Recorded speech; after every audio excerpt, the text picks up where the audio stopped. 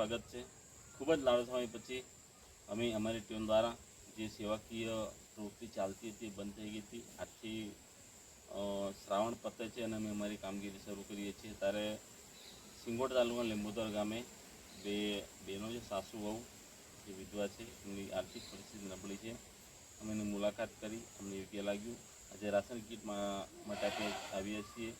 એમના બાળકો છે, નાના છે, આપણે એમને બાળકો ભણવા માટે પણ વાત કરી છે। જો બાળકોને માતા તૈયાર હશે તો આપણે બંને બાળકોને આશ્રમ શાળામાં મૂકી અને ભણાવીશું।